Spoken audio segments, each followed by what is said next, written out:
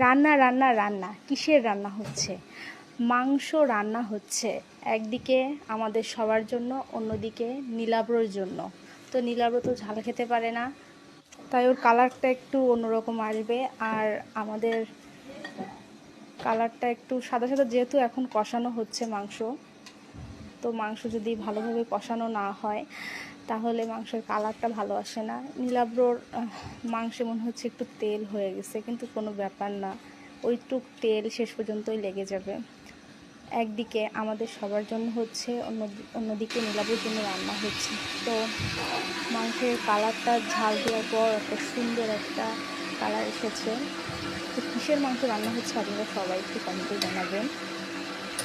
নীলাব্রর মাংসে ঝোল দেওয়া হয়ে গেছে, একটু পরে নামানো হবে, কিন্তু আমাদের মাংস এখনো কষানো হচ্ছে। এভাবে মাংস ভালোভাবে কষালে খেতে স্বাদ হয়। শেষ পর্যন্ত দেখতে থাকুন রান্নাটা কেমন হয়, আর অবশ্যই কমেন্টে জানাবেন যে কিসের মাংস রান্না হচ্ছে আর খেতে কেমন লাগে।